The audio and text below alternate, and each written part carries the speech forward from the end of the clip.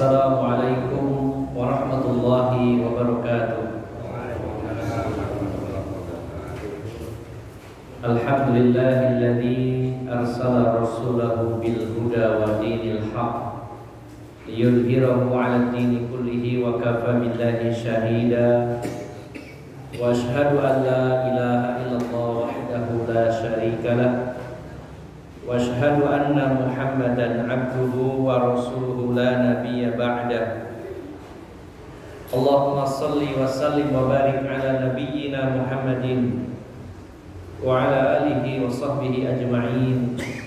Wa qala Allah ta'ala fi kitabihil karim, ya ayyuhalladzina amanu taqullaha haqqa tuqatih wa la tamutunna illa wa antum muslimun, amma ba'd. Bapak-bapak dan ibu-ibu, saudara-saudari jamaah Masjid Al-Ikhlas yang dirahmati Allah Subhanahu wa taala. Alhamdulillah, kita bersyukur kepada Allah Subhanahu wa taala pada malam hari ini atas karunia Allah, atas nikmat yang Allah berikan kepada kita semuanya. Kita bisa berkumpul di dalam majelis ilmu, sebuah majelis yang mudah-mudahan menjadi wasilah, menjadi sarana agar kita menjadi lebih baik lagi. Apabila di masa lalu banyak keburukan yang telah kita lakukan, maka setelah Allah memberikan karunia berupa ilmu agama, maka kita menjadi orang yang lebih baik. Dan apabila sudah baik menurut Allah, dengan bertambahnya ilmu semoga menjadi lebih baik lagi. Bapak, ibu, saudara-saudari yang dimuliakan Allah Subhanahu wa taala, di antara sebab yang menjadikan seseorang itu tidak mendapat hidayah dari Allah adalah yang paling utama karena al-jahl, yaitu kebodohan dalam urusan agama. Di dalam kitab yang berjudul As-Sawariqu 'anil Haq, penghalang-penghalang kebenaran, di mana seseorang akan sulit menerima hidayah Allah Subhanahu wa taala, dan paling utama penyebabnya adalah karena ketidakpahaman dalam urusan agama ini. Bagaimana seseorang akan mengerti jalan ke surga sehingga dia menapakinya, dan bagaimana seseorang mengetahui jalan ke neraka lalu dia menghindarinya kalau dia tidak tahu mana jalan ke surga dan mana jalan ke neraka. Bagaimana seseorang akan menjalankan perintah agama kalau dia tidak paham tentang perintah-perintah agama. Dan sebaliknya, bagaimana seseorang akan menghindari dosa-dosa besar khususnya, sementara dia tidak memahami tentang dosa-dosa besar. Maka kebanyakan orang melakukan dosa, khususnya dosa besar, adalah karena ketidaktahuan, karena tidak paham dalam masalah agama. Dan ada mungkin sebagian orang yang paham namun tetap melanggar. Tapi paling banyak orang melakukan kesalahan adalah karena tidak paham, karena tidak tahu kalau itu perbuatan dosa. Maka kita sedang berikhtiar, berusaha agar selamat dari api neraka dan agar sampai ke surganya Allah Subhanahu wa taala. Salah satunya dengan mempelajari tentang dosa-dosa besar atau yang diistilahkan al-kabair. Ini adalah bagian dari usaha kita yang mudah-mudahan Allah Subhanahu wa taala senantiasa menambahkan ilmu dan pemahaman terhadap kita dalam urusan agama ini, dan mudah-mudahan dengan sebab ilmu tersebut kita dimudahkan oleh Allah masuk ke dalam surganya Allah Subhanahu wa taala. Bapak, ibu, saudara-saudari yang dimuliakan Allah Subhanahu wa taala, kita memasuki poin ke-20 dari kitab Al-Kabair, dosa-dosa besar yang ditulis oleh Imam Adz-Dzahabi rahimahullah, yaitu Al-Kabiratul Ishrun Al-Qimar, dosa besar nomor 20 yaitu berjudi atau al-qimar, atau istilah lainnya adalah maisir. Di pertemuan yang terakhir kita sudah membahas tentang minum-minuman keras. Maka pada malam hari ini kita membahas tentang judi. Boleh jadi sebagian atau mungkin semua dari kita memahami tentang judi, atau bisa juga kita memahaminya tentang judi, namun boleh jadi kita terjebak dalam perbuatan-perbuatan yang sepertinya bukan judi, ternyata termasuk bagian dari judi. Apalagi dengan perkembangan teknologi informasi di era digital, maka banyak hal-hal baru yang kadang-kadang kalau kita tidak ngaji, tidak belajar, kita terjatuh dalam dosa besar, khususnya dalam perjudian ini. Sebelum kita membahas tentang detailnya judi ini, kita awali bab ini dengan firman Allah Subhanahu wa taala di dalam surat yang kelima Al-Maidah ayat 90 dan 91. Qala Allah Ta'ala, Allah Subhanahu wa taala berfirman, ya ayyuhalladzina amanu innamal khamru wal maisir wal ansab wal azlamu rijsun min amalis syaitani fajtanibuhu la'allakum tuflihun. Innama yuridu syaitanu an yuqi'a bainakumul adawata wal baghdha'a fil khamri wal maisir wa yasuddakum an dzikrillah wa anis shalah fahal antum muntahun. Wahai orang-orang yang beriman, sesungguhnya khamr, minuman keras, wal maisir, dan judi, wal ansab, yaitu berkorban untuk berhala, wal azlam, mengundi nasib dengan anak panah, rijsun, itu najis, min amalis syaiton, perbuatan syaiton, fajtanibuhu la'allakum tuflihun, maka jauhilah oleh kalian agar kalian beruntung. Sesungguhnya syaiton menginginkan adanya permusuhan dan kebencian di antara kalian dalam khamr dan maisir. Syaitan menginginkan adanya permusuhan dan kebencian di antara kalian dalam minum-minuman keras dan juga judi. Dan wa yasuddakum an dzikrillah wa 'anis shalah, dan syaitan menginginkan agar kalian terhalang dari mengingat Allah dan juga terhalang dari salat. Fahal antum muntahun, apakah kalian tidak berhenti? Bapak Ibu jamaah sekalian yang dimuliakan Allah Subhanahu wa taala, dua ayat ini kalau kita kupas, ada beberapa poin penting terkait dengan judi ini yang menunjukkan betapa bahayanya dosa judi ini. Yang pertama, kita ingat-ingat, ini kita coba mengkaji, namanya mengaji dalam mengkaji ayat dan juga hadis Nabi SAW. Yang pertama,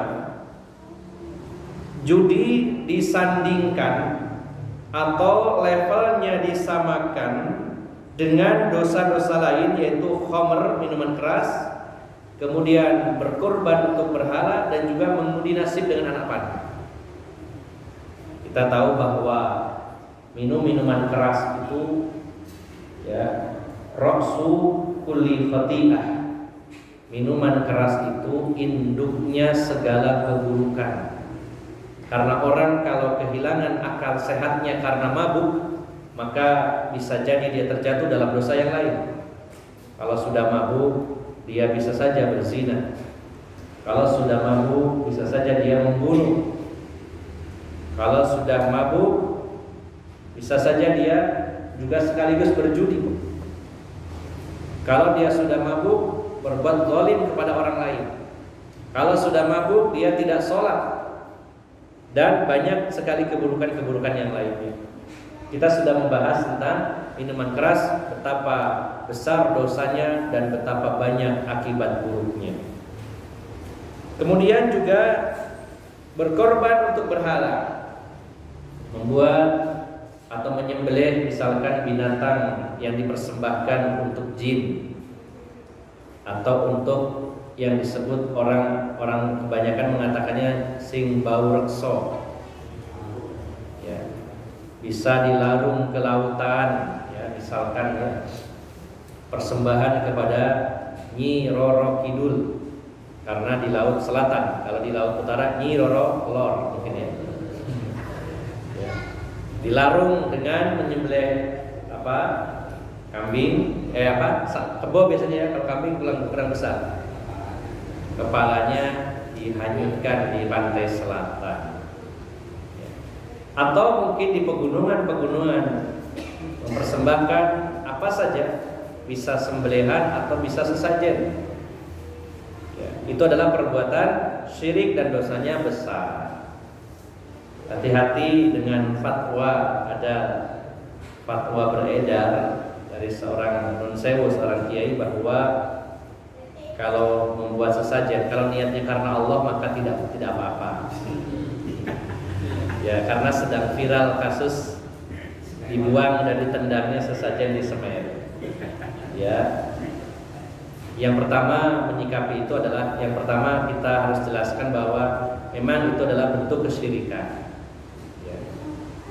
Kita harus menunjukkan bahwa ini kesyirikan. Dan itu adalah yang mengundang murka Allah Subhanahu wa taala. Adapun hal lain tentang diviralkannya video inilah yang mungkin harus hati-hati ya. Karena itu betul kesyirikan dan kita harus basmi kesyirikan itu. Ya.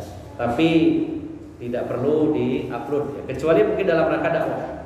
Ya, dalam rangka dakwah supaya menjelaskan kepada umat bahwa ini nggak boleh.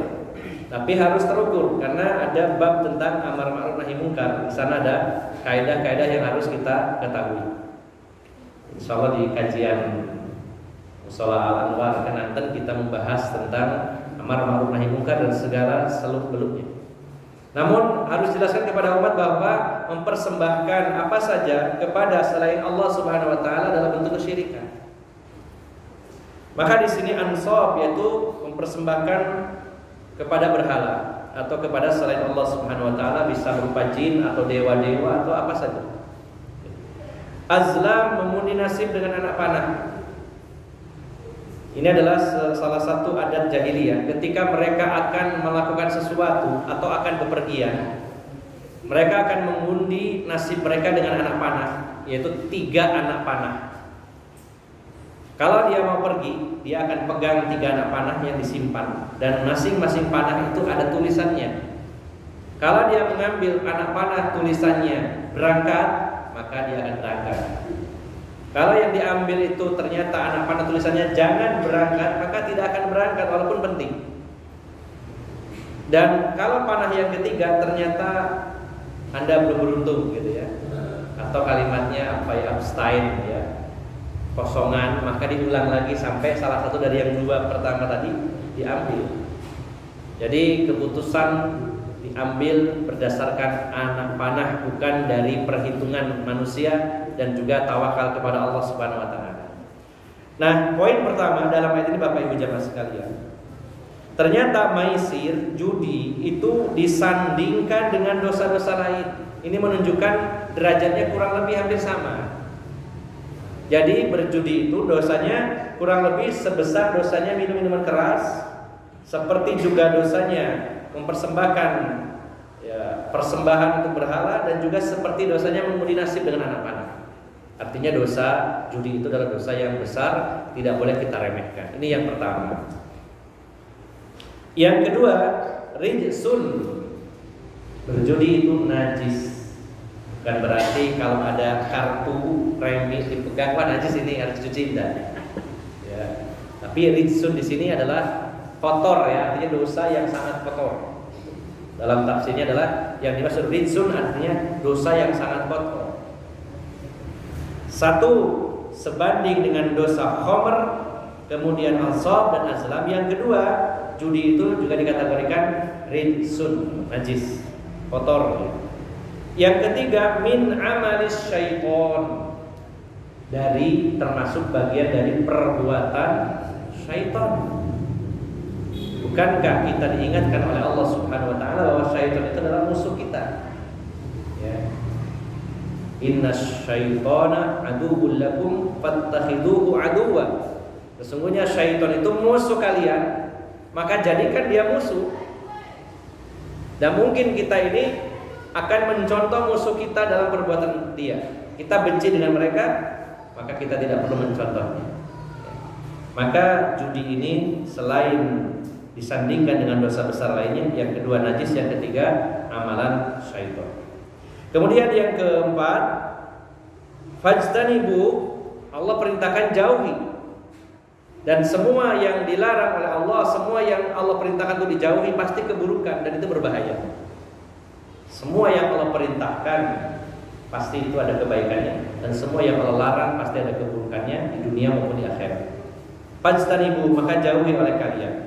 Ini poin yang keempat. Yang kelima, kalau kalian menjauhi judi, la'allakum tuflihun, kalian pasti beruntung.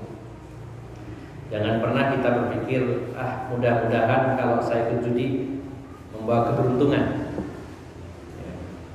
Boleh jadi bisikan syaitan mengajak kepada kita untuk ikut-ikutan dalam perjudian dengan bayangan atau dengan pikiran kita bahwa akan membawa keberuntungan. Ingat bahwa orang yang menjauhi judi, kata Allah, la'allakum tuflihun, kalian akan beruntung. Artinya kebalikannya, kalau orang itu melakukan perjudian, dia pasti akan rugi. Tetapi kan kadang-kadang menang lumayan, tapi Allah mengatakan tidak beruntung. Kita ikuti Allah saja, karena bisa jadi keberuntungannya semu dan hanya sebentar, tapi kerugiannya jauh lebih besar. Berapa banyak rumah tangga yang hancur, perekonomian rusak, harta habis gara-gara judi. Jangan terobsesi dengan film-film dewa judi. Wah, dewa judi supaya dapat duitnya banyak sekali. Kebanyakan film nonton film Stephen Chow mungkin ya, karena Cina. Dewa judi, wah pinter, saking hebatnya dapat untung terus dan nggak pernah rugi. Itu hanya di film. Kita yakini saja firman Allah, la'allakum tuflihun, kalau kita menjauhi judi, kalian akan sukses, akan beruntung. Faktanya orang yang terjatuh dalam perjudian dia pasti bangkrut. Nah, jadi ada berapa poin ini? Sudah 5 ya. 1, 2, 3, 4, 5. Yang keenam, judi ini ya akan menyebabkan adawah wal baghdha, adanya permusuhan dan kebencian di antara manusia. Walaupun lahiriahnya mereka berkumpul satu majlisul maisir gitu, ada namanya majlis maisir, majlis judi atau majlisul qimar, berkumpul di situ, bahkan disiapkan kopi ya, kayaknya anteng gitu ya, tapi sebenarnya hati mereka bermusuhan, masing-masing ingin jadi pemenang dan tidak terima kalau temannya itu yang jadi juara, jadi menang. Makanya orang judi itu anteng. Karena apa? Kalau dia kalah, dia penasaran, kalah terus sampai dibelain utang-utang. Uangnya sudah yang dibawa itu habis, supaya dapat balik lagi, pasti setelah ini saya menang, maka dia akan pinjem. Maka terus akan anteng di situ sampai utang terus. Nah, sementara yang menang itu juga gak bisa beranjak. Menang dapat duit banyak, sudah ya saya mau pulang, mau dibatak sama temannya. Saya guru mari sampai enak menang, aku guru tarik dianteng. Maka perjudian itu akan menimbulkan adawah wal baghdha, permusuhan dan kebencian di antara pelaku-pelakunya. Dan juga wa yasuddakum an dzikrillah wa anis shalah. Judi itu menghalangi orang dari mengingat Allah Subhanahu wa taala dan juga termasuk dari sholat. Kalau orang sudah terjun dalam perjudian, sudah lupa waktu. Bahkan yang tidak ada uangnya saja, yang nggak ada taruhannya, orang kalau sudah bermain seringkali membuat dia lupa dengan Allah dan lupa dengan sholat. Maka judi itu menghalangi manusia dari zikir kepada Allah, mengingat Allah Subhanahu wa taala, dan menghalangi manusia dari sholat. Fahal antum muntahun, apakah kalian tidak berhenti? Allah memerintahkan kita agar berhenti. Itu beberapa pelajaran yang bisa kita petik dari ayat tadi.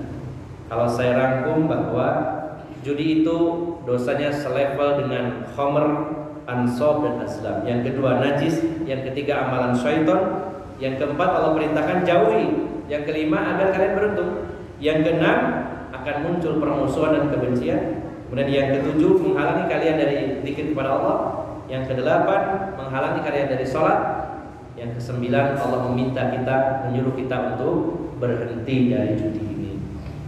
Bapak Ibu jamaah sekalian yang dimuliakan Allah Subhanahu wa taala. Sebenarnya dalam kitab ini ada 3 halaman, lebih banyak membahas tentang main kartu, dadu dan juga main catur ya. Ini hanya sebagian contoh dari unsur-unsur yang di dalamnya mengandung perjudian. Namun saya lebih luaskan lagi. Yang pertama, setelah membahas ayat tadi, untuk mengetahui hakikat sebuah larangan, kita harus tahu definisinya secara jelas. Kenapa? Karena kalau kita tidak mengerti definisinya, mungkin akan berubah nama, berubah wujud sehingga orang menyangkanya itu bukan judi. Maka di sini butuh definisi yang jelas judi itu seperti apa. Kalau sudah kepegang rumusnya, definisinya, maka bentuknya apapun, namanya apapun, kita tahu ini judi. Nah, kita coba kutip dari perkataan para ulama yang mendefinisikan judi ya. Di antaranya saya kutip dari perkataan Imam Ibnu Hajar Al-Makki rahimahullah. Dia berkata, al-maisiru, judi itu adalah al-qimaru bi ayyi naw'in kana. Judi itu adalah taruhan dengan jenis apa saja. Jenisnya seperti apa saja. Kalau ada taruhan, memberikan sebagian harta, menaruh harta di situ, ya. Kemudian harapannya akan mendapatkan yang lebih banyak, maka itu adalah judi. Lebih detail lagi ada definisi dari Imam Al-Mahalli rahimahullah. Dia mengatakan suratul qimari al-muharram ataraddudu baina an yagnama wa an yagrama.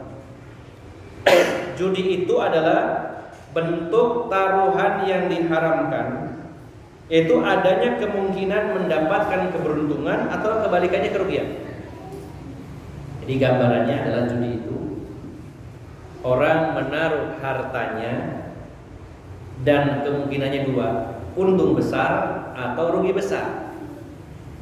Jadi sebenarnya ada kaitannya antara maisir dengan goror ya, karena goror juga bagian dari judi sebenarnya. Karena apa? Goror itu sifatnya untung-untungan, spekulasi.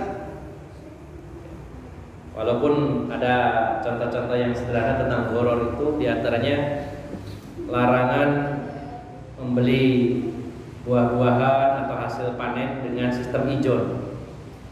Karena di sana untung-untungan, bisa untung besar, bisa rugi besar. Dia ada kemiripan dengan maisir. Sehingga sebagian ulama masukkan bahwa goror, spekulasi, untung-untungan itu juga bagian dari judi. Karena bisa jadi untung besar, bisa jadi rugi besar. Misalkan orang membeli mangga, waktu dia masih muda sekali, tapi nanti ngambilnya setelah matang. Kalau dia belinya waktu itu juga, maka tidak termasuk goror. Wah, ini mangga muda mungkin buat manisan, saya beli sekian ya, maka itu tidak mengapa. Tapi kalau masih spekulasi, ini saya beli nanti nunggu matangnya baru saya panen, maka belum tentu dia dapat untung. Bisa jadi untungnya lebih besar, bisa jadi rugi. Sudah dibeli waktu mudanya, ternyata begitu matang diserang oleh kelelawar ya, codot, dihabiskan oleh codot, rugi. Nah, termasuk juga beli kacang tanah tapi belum dibongkar, hanya dilihat pohonnya dari atas. Ini saya borong sekian. Nah, ini namanya spekulasi alias goror. Ya, jadi seperti beli kucing dalam karung istilahnya begitu. Ini namanya goror. Bahkan Imam Asy-Syafi'i rahimahullah berpendapat kalau jual beli online itu termasuk goror. Ya, karena tidak tahu pasti barangnya, tidak ada barang. Ini hanya pendapat. Tapi pendapat yang lebih kuat adalah pendapat yang lainnya para ulama, bahwa kalau speknya jelas, maka dibolehkan jual beli tanpa barangnya ada di depan kita. Ya, ini pernah kita jelaskan dalam bab riba dulu dalam kajian di Al-Ikhlas juga ya, tidak perlu saya ulang lagi. Intinya bahwa judi itu ada kemiripan juga, atau bahkan bagian dari judi itu adalah gharar, yaitu spekulasinya tinggi. Seseorang menaruh hartanya dengan harapan mendapat untung besar, tapi kemungkinannya untung besar atau justru rugi besar. Walaupun namanya berubah, tapi hakikatnya adalah judi, tetap judi. Contohnya namanya mungkin ada SDSB, sudah nggak ada ya sekarang.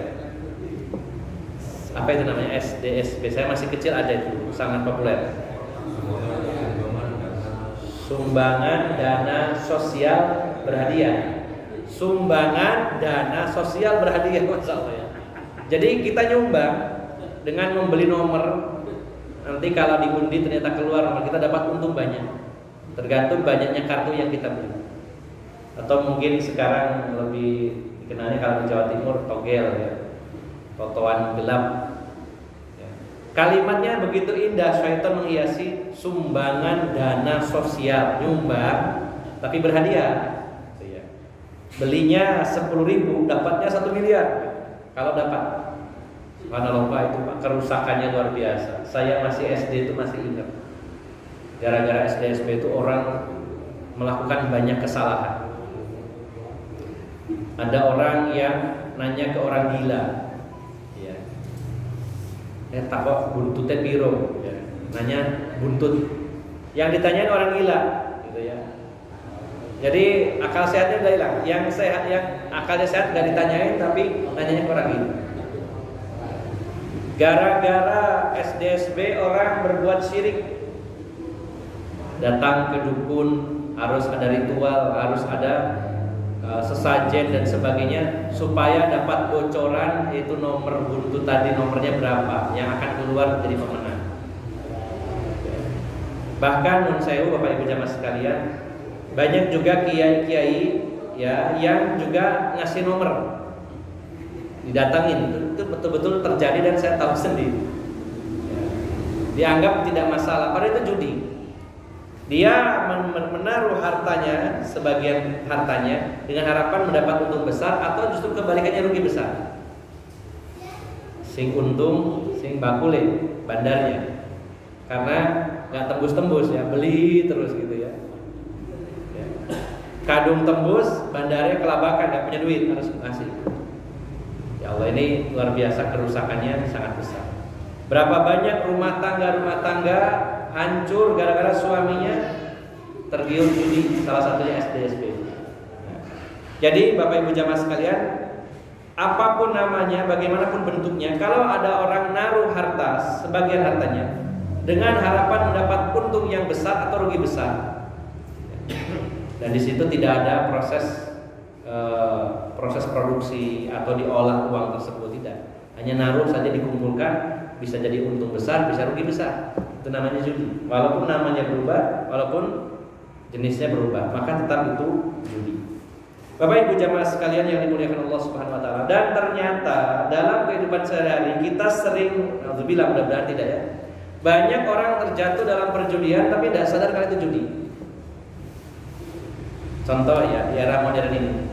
Ya, sebenarnya di masa lampau dalam sejarah judi itu dikenalkan di Indonesia oleh pedagang-pedagang Cina, Tiongkok pada tahun sekitaran 1620. 1620-an. Namanya apa dulu ya, kalau nggak salah Cap Jiki, itu awal sejarahnya judi di Indonesia. Taruhan-taruhan. Tapi berkembang semakin lama semakin banyak jenis perjudian, tapi orang banyak tidak sadar kalau itu judi. Contoh saja, ini yang sederhana dan ternyata itu judi. Lomba 17-an. Apakah kita bayar untuk dapat hadiah tersebut atau tidak? Kalau hadiahnya itu diambil dari dana yang kita kasihkan, maka itu termasuk maisir. Ya. Jadi begini, kalau dalam lomba apa saja, baik olahraga atau apa saja, dihalalkan kalau hadiah itu dari sponsor atau dari seorang orang kaya. Ayo kalian berlomba, saya kasih hadiah yang menang, itu boleh, halal. Atau sponsor, ya. Atau dari pemerintah, atau diambilkan dari baitul mal, maka itu halal. Satu ya. Olahraga apapun jenisnya atau lomba, kalau hadiahnya dari sponsor, dari orang ketiga yang memang disiapkan, maka itu halal, boleh. Yang kedua, ada pembatasan kalau olahraga itu ada kaitannya dengan jihad fisabilillah, seperti balap kuda, balap unta, memanah, kemudian gulat, balap lari. Ini detailnya dibahas di dalam kitab Al-Furusiyah Al-Muhammadiyah, olahraga ketangkasan ala Rasulullah SAW. Saya juga mengkaji kitab tersebut. Itu ada pembahasan satu bab tentang taruhan dalam lomba. Kalau hadiahnya disiapkan oleh pemerintah, oleh mungkin kepala desanya, atau oleh siapa saja orang kaya yang menyiapkannya, atau sponsor, maka boleh hadiah ini, halal. Atau kalau olahraga yang berkaitan dengan jihad fisabilillah, contohnya balap kuda atau balap unta atau berlari, maka boleh salah satu pihak yang menyiapkan hadiahnya, sebagaimana Rasulullah juga melakukannya dalam pertandingan, tapi dengan syarat ada dua kubu. Ya, ada dua kubu pertandingan, bukan perlombaan, pertandingan. Misalkan saya mengajak Mas Bakhtiar, yuk lomba lari dengan saya. Kalau sampai menang, saya kasih uang 1 juta. Kalau sampai menang, saya kasih 1 juta. Ya. Tetapi kalau sampai kalah, ya sudah, nggak dapat apa-apa. Tidak berganti dia ngasih duit ke saya, enggak. Hanya satu pihak menyiapkan dana atau apa saja untuk hadiah. Kalau menang akan diberikan hadiah itu, kalau tidak ya dia dipegang sama pemiliknya. Maka ini dibolehkan sebagaimana Rasulullah lakukan. Tetapi kalau peserta itu urunan untuk membeli hadiah, siapa yang menang dapat hadiah itu, maka ini termasuk khimar, termasuk maisir. Nah, kira-kira kalau 17-an itu hadiahnya dari Pak Lurah atau urunan? Tarian RT. Ya, cuman jelaskannya susah ini ya. Wah, sudah biasa ya. Kalau uangnya itu untuk operasional, untuk pengamanan, untuk makan, untuk beli kaos, monggo. Tapi untuk hadiah usahakan dari sponsor. Ini perlu yang punya wewenang. Mungkin ada yang jadi lurah atau jadi Pak RT, dijelaskan. Urunan tetap urunan, tapi butuh biaya operasional untuk lampu, untuk beli lampu, untuk ini, untuk ini. Tapi kalau untuk hadiah, jangan diambil dari urunan ini, tapi dari sponsor atau dari kas desa atau dari mana saja. Sifatnya bukan urunan. Tapi kalau itu urunan, maka termasuk khimar, alias judi. Kalau yang urunan itu bukan pesertanya. Gimana? Yang urunan itu bukan pesertanya. Bukan pesertanya. Kalau bukan peserta, seperti tadi orang ketiga, sponsor, penonton, apa saja boleh. Ya. Tapi penontonnya tidak terlibat. Oh, nanti saya ngasih, tapi dapat, kalau menang ini saya dapat bagian, enggak ya? Hanya urunan saja. Jadi dikumpulkan dari peserta. Ya. Oke. Yang dimaksud Pak Alisa itu kan kalau RT itu mengadakan 17-an kan biasanya yang iuran itu kan warga. Oke. Setelah itu nanti kan akan dibagikan ke anak-anaknya. Ya. Apakah termasuk dalam? Ya. Yang iuran kan warga, tapi yang lomba anak-anaknya ya. Ya, sebenarnya intinya adalah kalau ada keterlibatan antara yang urunan dan pesertanya, maka itu jadi. Kalau tidak ada keterlibatan, tidak. Nah, kalau anaknya dia sama dengan ini anak saya yang ikut saya bayarkan, sebenarnya sama. Nah, ini perlu diluruskan. Makanya memang apa yang sudah biasa itu seolah-olah sebuah kebenaran. Jadi intinya jangan mengambil hadiah dari iuran peserta yang terlibat di dalamnya. Nah, kemudian contoh lagi, ya yang paling populer adalah fun bike. Ya. Fun bike itu kan juga bayar. Pendaftarannya. Bahkan bayarnya 50.000, hadiahnya Ninja 250 cc. Ya, padahal bayarnya cuma 50. Ya kalau mau lomba saja, lomba tidak usah urunan, gratis, maka boleh ada hadiahnya. Atau bayar 20.000 untuk ganti kaosnya, untuk ganti suplemen atau apa yang di luar hadiah, monggo silakan. Tapi kalau untuk hadiah maka itu termasuk rima. Contoh lagi sederhananya, traktir temannya. Oh, traktir Kak, masa judi. Ada 2 orang nonton bola. Ini yang bertanding Prancis sama Spanyol. Si A pilih Spanyol, si B pilih Prancis. Kata si A, kalau yang menang ini ternyata tim yang kamu pilih Prancis, nanti saya traktir kamu. Kan sederhana, cuma traktir. Tapi itu termasuk judi. Karena taruhan juga, cuma berupa traktiran, cuma berupa duit. Jadi jangan dikira kalau duit judi, kalau cuma traktir maka tidak judi. Tetap termasuk bagian dari judi. Dan ternyata banyak ya yang hal-hal yang sepertinya biasa tapi bagian dari judi. Kita kembalikan ke definisinya ya, menaruh harta, ada kemungkinan dia dapat harta kembali atau dapat kerugian. Maka ini hakikatnya adalah judi. Dan Bapak Ibu jamaah sekalian yang dimuliakan Allah Subhanahu wa taala, sekarang perlu hati-hati juga, banyak di era digital ini judi-judi yang online ya. Hati-hati anak-anak kita, jangan sampai teledor. Barangkali ada yang main-main ternyata dapat duit. Tergantung mainnya seperti apa. Kalau dia naruh duit, main game, top up dana dulu sekian, nanti kalau dapat duit banyak. Itu ada Pak. Jadi menang-menang di kamar dapat duit terus.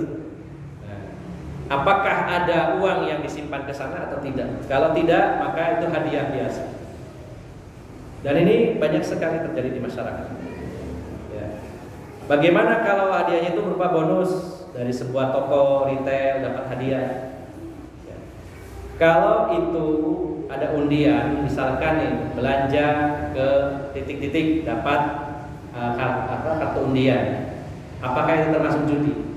Bapak Ibu jamaah sekalian yang dimuliakan Allah Subhanahu wa taala, kalau kita membeli sesuatu dengan harga wajar, harga pasaran, harga standar, lalu dapat kupon dan itu diundi, maka ini tidak mengapa. Karena kita beli barang dengan harga yang wajar. Harganya 10.000, kita belinya 10.000, lalu dapat kupon undian. Karena ingin promosi supaya pembeli banyak, ya, yang beli 1.000 orang, cuman hadiahnya cuma 5, maka harus diundi, maka tidak mengapa. Tapi kalau harganya 10.000 lalu tiba-tiba harus jadi 15.000, nah, di luar kewajaran, di luar pasaran, maka yang lebihnya ini diambil untuk hadiah tadi, maka tetap itu bagian dari judi. Jadi sebenarnya yang penting kita pegang definisinya, maka apapun namanya, apapun jenisnya, itu termasuk bagian dari judi. Kalau kita traktir tadi, biasanya kita tenis itu yang kalah bayar. Itu sudah kalah bayar. Ya. Yang kalah bayar. Jadi sebenarnya kalau versinya Rasulullah tadi itu salah satu pihak. Saya punya uang, main. Nanti kalau sampai menang saya kasih. Tapi kalau saya menang, dia nggak kasih. Tapi kalau bolak-balik itu namanya judi. Jadi ada bolak-balik. Jadi kalau saya menang, kamu harus bayar saya traktir. Pokoknya yang kalah enggak. Tapi kalau saya kalah, saya traktir. Nah ini termasuk bagian dari judi. Karena Rasulullah hanya salah satu. Saya punya uang, kalau sampai menang saya kasih uang. Tapi kalau sampai kalah, ya sudah, uang ini saya pegang, bukan balik ngasih. Tapi kalau dua-duanya menyiapkan dana, ini sama dengan tadi, yaitu judi. Jadi hal sederhana, tapi kadang kita tidak tahu, jadinya melanggar dan termasuk bagian dari judi. Bapak Ibu jamaah sekalian, sebagai penutup bahwa judi itu termasuk bagian dari memakan harta manusia secara batil. Allah Subhanahu wa taala berfirman di dalam surat Al-Baqarah ayat 188. Wala ta'kulu amwalakum bainakum bil batil. Dan janganlah kalian memakan harta di antara kalian dengan cara yang batil, ya. Terutama bandarnya ini yang paling banyak dapat, ya. Maka ini cara memakan harta manusia secara batil. Dan sebagai tambahan, adapun kayak dadu, kartu atau apapun jenisnya, itu hanya sarananya saja. Bagaimana kalau main kartu lalu tidak ada uangnya? Termasuk juga di sini dibahas tentang main sekak ya, catur. Memang terjadi perselisihan pendapat para ulama. Mayoritas ulama mengharamkan permainan-permainan itu walaupun tidak ada uangnya, kecuali mazhab Syafi'i. Mazhab Syafi'i mengatakan boleh selama tidak melalaikan manusia dari sholat dan zikir kepada Allah. Tapi jumhur ulama mengharamkan permainan-permainan tadi walaupun tidak ada uangnya. Main remi, domino, main dadu walaupun tidak ada uangnya, itu melalaikan. Sehingga mayoritas mengharamkan. Maka lebih amannya dari perbedaan pendapat untuk keluar dari perselisihan pendapat ulama ya ditinggalkan lebih baik. Bahkan pembahasan tentang catur ini banyak sekali sekak ini dalam pendapat, bahkan di zaman sahabat sudah ada dan banyak pembahasan di sana pendapat dari para sahabat. Namun intinya adalah kita hindari saja ya. Kita hindari permainan catur karena banyak sekali seperti sini kalau kita bahas pendapat-pendapat dari para sahabat, di antaranya orang yang main catur dikatakan di sini sebagai manusia yang suka berdusta. Karena apa? Dia mengatakan mati, padahal nggak mati. Skakmat, ini dianggap sebagai pendusta. Bahkan para sahabat, di antaranya Ibnu Umar, ketika mendapati orang-orang sedang main catur, termasuk juga Ali bin Abi Thalib, dia mengatakan ini patung-patung apa yang kalian mainkan. Dan juga ada sebagian sahabat yang membakar ya papan catur dan pion-pionnya catur itu. Ya ini sekali lagi adalah perbedaan pendapat. Mazhab Syafi'i kalau tidak ada uangnya itu membolehkan, tetapi kalau melalaikan sholat, melalaikan dari zikir kepada Allah maka diharamkan. Sementara jumhur para ulama, kalaupun tidak ada uangnya maka permainan-permainan tersebut tetap dilarang. Nah, tinggal kita pilih pendapat yang mana lebih amannya, mending cari kesibukan yang lainnya saja. Masih banyak kesibukan-kesibukan yang positif, yang bermanfaat untuk dunia dan akhirat kita. Ya, silakan. Apa? BPJS. Ya. BPJS bagian dari asuransi ya. Asuransi. Sebenarnya begini, Pak. Asuransi itu kalau yang syar'i atau yang syariah sebenarnya ada sekelompok orang mengumpulkan uang, kemudian atas kesepakatan bersama uang tersebut akan dikeluarkan bagi yang peserta yang membutuhkan sesuai kesepakatannya. Tetapi uang ini adalah milik bersama. Jadi begini, misalkan ada orang 1.000 yang kita urunan setiap bulan 50.000. Berarti berapa Pak? 50 juta ya. Setiap bulan 50.000 sebanyak 1.000 orang. Berarti berapa? 50 juta. Misalkan kita buat ini untuk kesehatan. Kalau ada yang sakit anggota kita akan cover semua biaya pengobatannya. Dan uang ini milik bersama. Ketika 1 tahun penuh ternyata tidak ada yang sakit atau yang sakit sedikit masih ada uang, dibagikan kembali milik bersama. Maka ini halal, dibolehkan. Tetapi kalau uang ini dikelola oleh satu perusahaan, kemudian dia keluarkan kalau ada yang sakit, kalau nggak ada yang sakit dimiliki oleh perusahaan ini, maka ini bukan termasuk asuransi yang disyariatkan. Ini termasuk jadi perjudian. Tapi dipaksa. Tapi kalau di negara ini dipaksa seperti itu ya. Sistem ya. Tapi gambarannya adalah apabila dana tersebut itu dipakai nggak dipakai tetap kita keluarkan dan pada kurun tertentu tidak ada pengembalian, maka itu termasuk diharamkan. Ya termasuk juga bagian dari qimar, judi, karena bisa jadi kita baru bayar 1 kali 50.000 dapat berjuta-juta. Tetapi kalau tadi kumpulan orang bersepakat kemudian itu milik bersama, maka ini halal. Ya, ini namanya ta'awun, ya saling tolong menolong.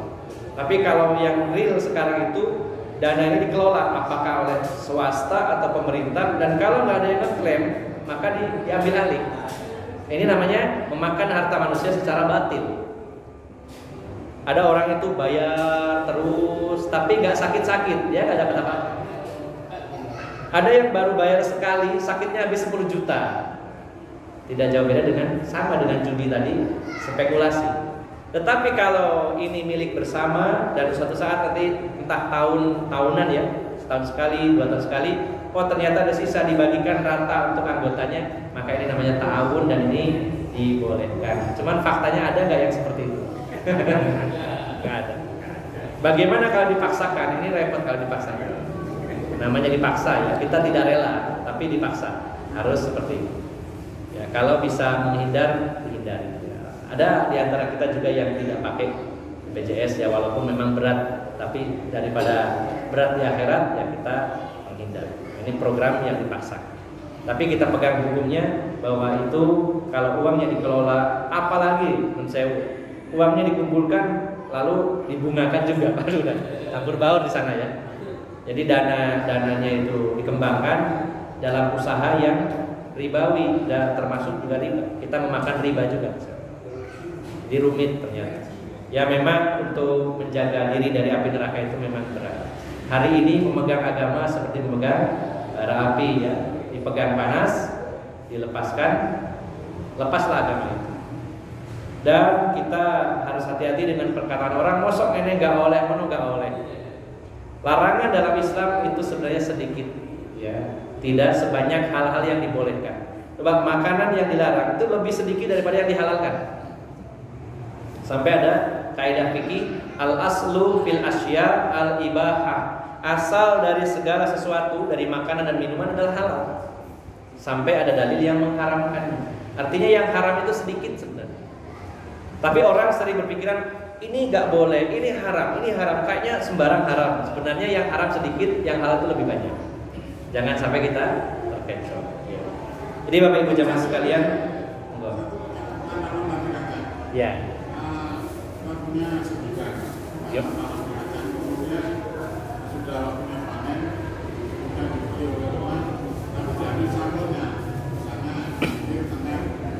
Ya. Ya. Termasuk itu sistem ijon ya, termasuk juga goror ya. Karena namanya sampel itu tingkat akurasinya juga berbeda-beda.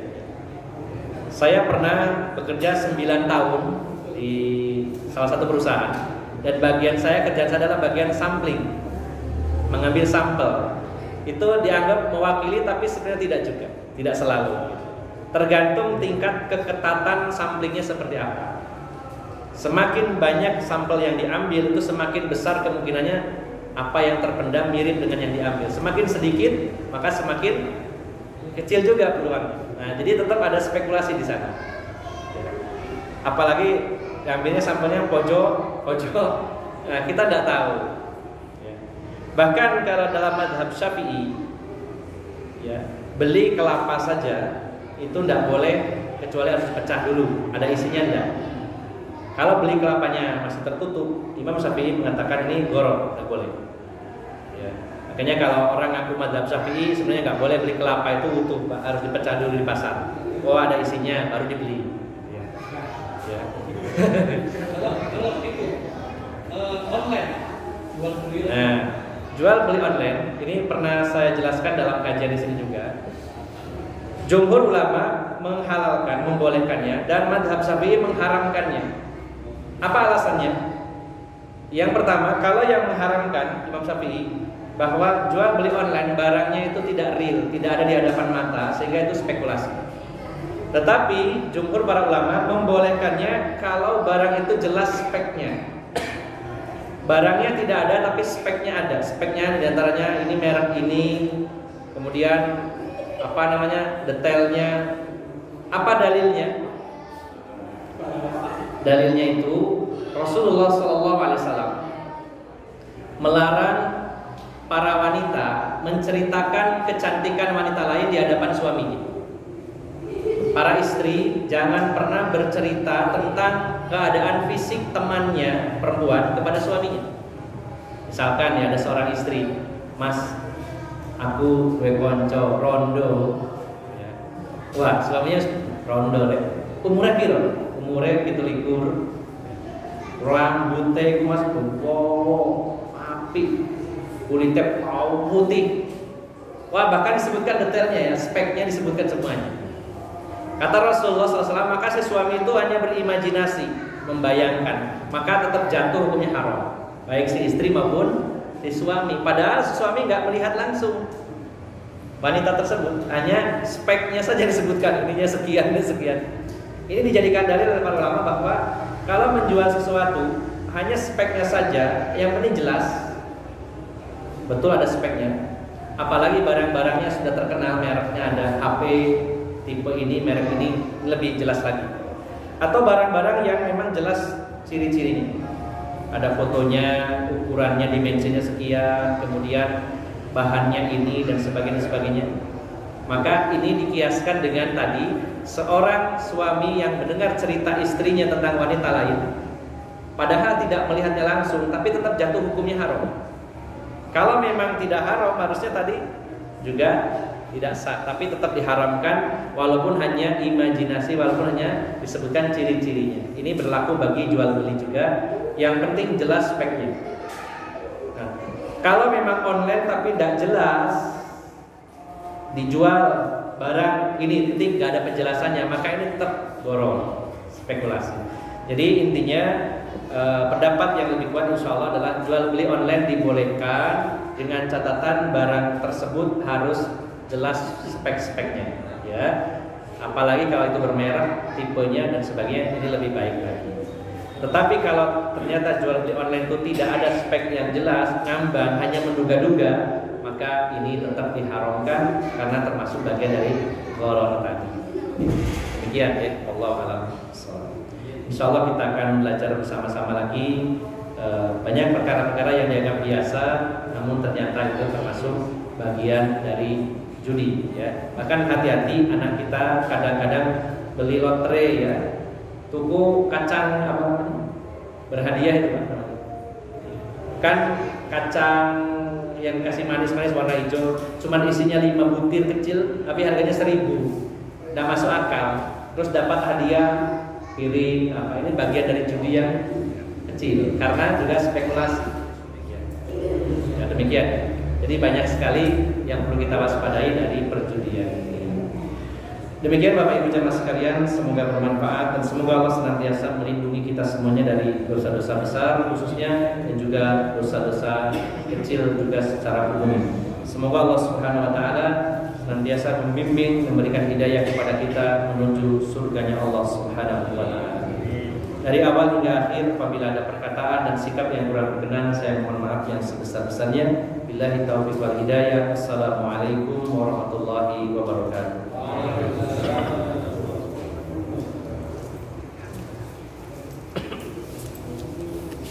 Jazakallahu khair Ustaz.